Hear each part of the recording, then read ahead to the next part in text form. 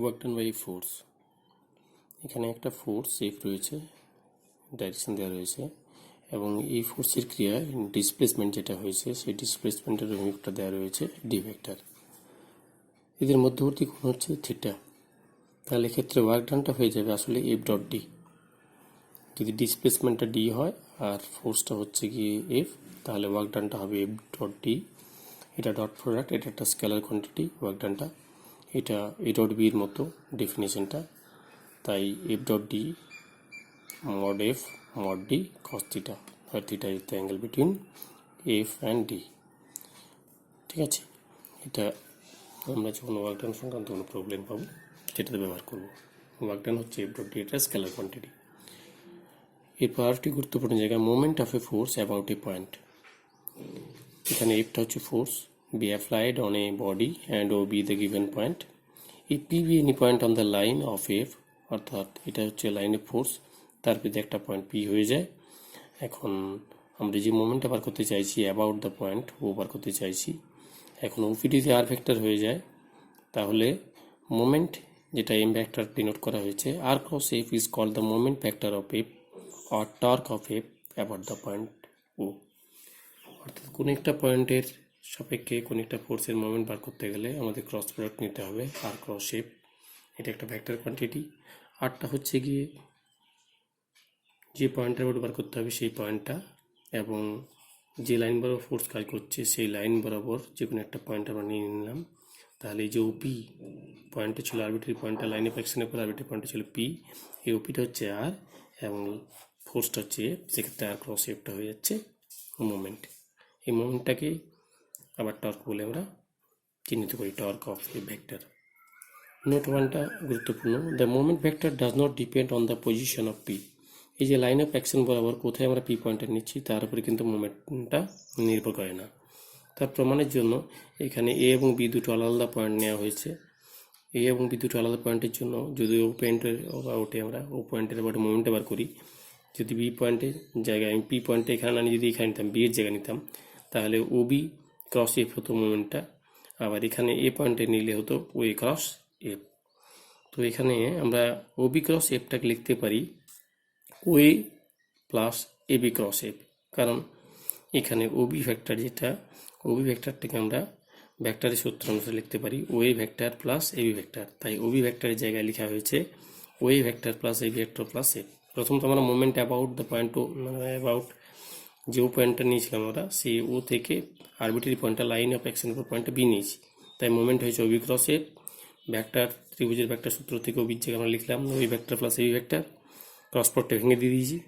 এখন O A cross F plus A B cross F, যদি একটু খেয়াল করে দেখি এ বি যে বরাবর কাজ করছে, এ বি ভেক্টরটা যে বরাবর কাজ করছে, এই ভেক্টরটা সেই বরাবর কাজ করছে, অর্থাৎ দুটো ভেক্টর একই লাইন বরাবর যদি কাজ করে তার মধ্যবর্তী কোণ হয়ে যায় জিরো, সেক্ষেত্রে ক্রস প্রোডাক্টটা আমাদের জিরো হয়ে যায়। But A B cross F is zero because A B vector and F vector are in the same line.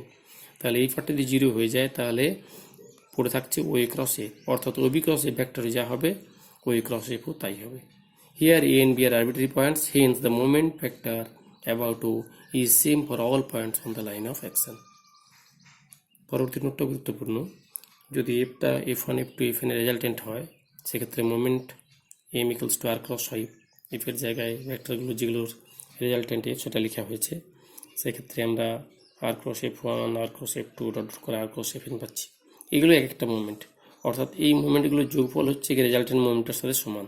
এই রেজাল্টে আমরা বলতে পারি it shows that moment of the resultant of any vector forces about a point is equal to the some of the separate moments, যেটাই হচ্ছে গিয়ে ভ্যারিগন্স theorem.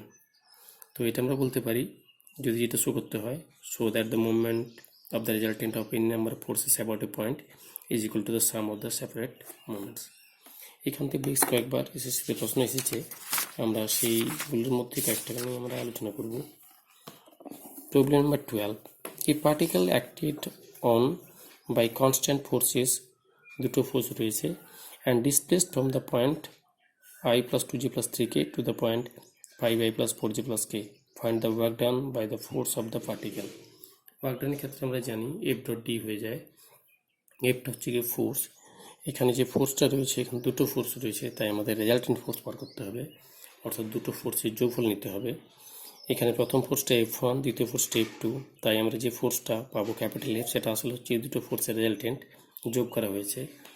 এবং displacement ভেক্টরটা আমরা জানি অন্তিম অবস্থান থেকে প্রাথমিক অবস্থান বিয়োগ করতে হয়।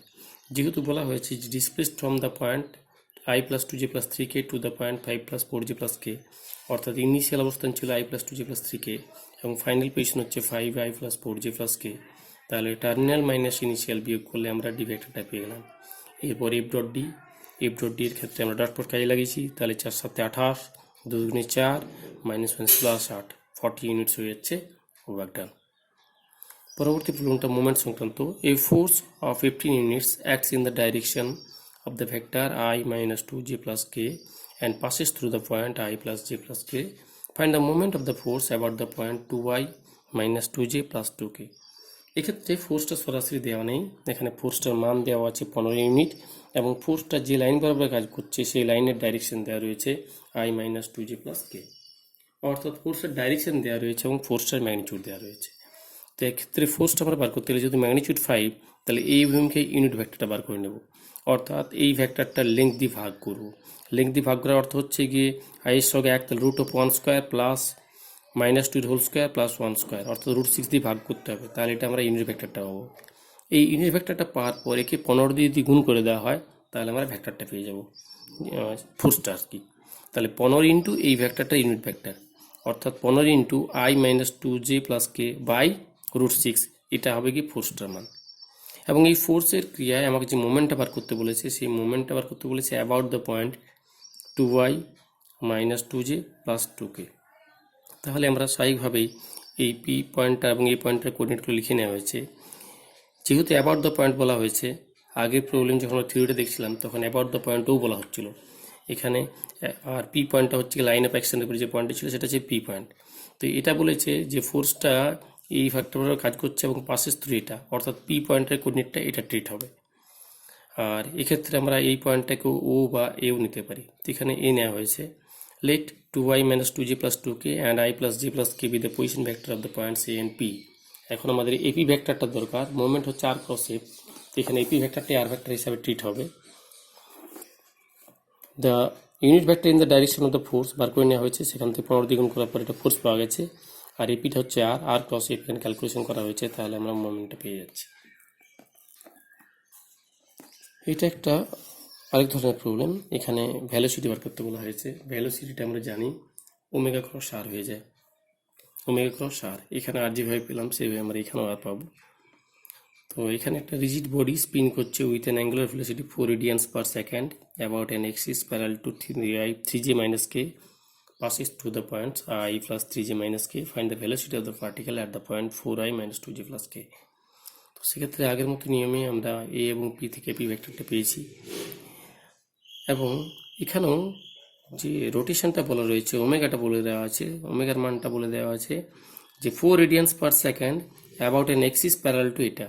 এখানে যে লাইন বরাবর কাজ করছে সেই লাইনের প্যারালাল ভেক্টরটা দেওয়া রয়েছে আর ম্যাগনিটিউডটা দেওয়া রয়েছে 4, তো এটাকেও আমরা ইউনিট ভেক্টরে কনভার্ট করে নেব। তাহলে ইউনিট ভেক্টরে কনভার্ট করলে 3j minus k by √3 square plus -1 whole square, এটা হচ্ছে কি ভেক্টরটা। এবং যেহেতু 4 রেডিয়ান্স পার সেকেন্ডে স্পিন করছে তাহলে ওমেগাটার মান হয়ে যাবে এটাকে 4 দ্বিগুণ, ইউনিট ভেক্টরটাকে 4 দ্বিগুণ। এরপরে পি ভেক্টরটা আমরা বার করে নিয়েছি, তাহলে velocity v equals to omega cross r, এখান থেকে আমাদের এটা পাওয়া গেল। এইখানে বেশ কয়েকটা প্রবলেম আছে এক্সারসাইজে, যে এক্সারসাইজগুলো আমাদের করতে হবে। প্রবলেম 23, 24, 25, এই প্রবলেমগুলো একই রকমের প্রবলেম। 23, 24, 25 এই প্রবলেমগুলো একই রকমের প্রবলেম। এবং প্রবলেম নাম্বার 29, এটা হিন্টস একটা দেওয়া রয়েছে, এই প্রবলেমটি গুরুত্বপূর্ণ। এক্ষেত্রে মোমেন্ট বলতে গিয়ে আমরা আরেকটা জায়গায় আলোচনা ছেড়ে দিচ্ছি, সেই জায়গাটা আবার দেখে নিলে ভালো হয়। Moment of a force about an axis, about an axis হলে কী হবে? আমরা অ্যাবাউট এ পয়েন্ট করেছিলাম, about a point r cross F হয়েছিল, কিন্তু অ্যাবাউট এ পয়েন্টের জায়গায় যদি অ্যাবাউট এক্সিস হয়ে যায় তাহলে আমাদের দেখতে হবে কোন এক্সিস বরাবর বলা হচ্ছে। যে এক্সিস বরাবর বলা হচ্ছে সেই এক্সিস বরাবর ইউনিট ভেক্টরটা বার করে নিতে হবে।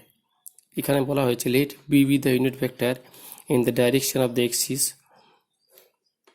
or the line and O be any point on the axis. If M, যেটা মোমেন্ট বলছিলাম, R cross F is the moment of the force about O, তাহলে প্রাথমিকভাবে এটা আমরা জানি moment about a point O জানি, যেটার মান আমরা অলরেডি বার করেছি r cross F. Then moment of F about the axis is M dot B, অর্থাৎ যে মোমেন্টটা বেরিয়েছে এবং যে লাইন বার করতে চাইছি সেই লাইনটার ইউনিট ভেক্টর দিয়ে তার ডট প্রোডাক্ট নিতে হবে। Moment of a force about an axis যদি কোনো একটা অক্ষ বরাবর বলা হয়, তাহলে অ্যাবাউট এ পয়েন্টে আমরা যেটা বার করেছি তার সাথে ওই এক্সিসটার ইউনিট ভেক্টরের ডট প্রোডাক্ট নিতে হবে।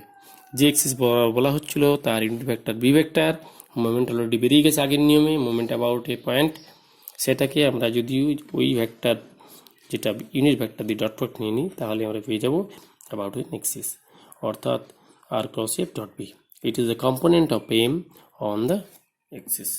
সেক্ষেত্রে যদি অ্যাবাউট এক্সিস বলা হয় আমাদের এই এক্সট্রা কাজটা করতে হবে, অর্থাৎ ওই অক্ষ বরাবর যে ইউনিট ভেক্টরটা হবে গিয়ে সেটা দিয়ে ডট প্রোডাক্ট নিতে হবে।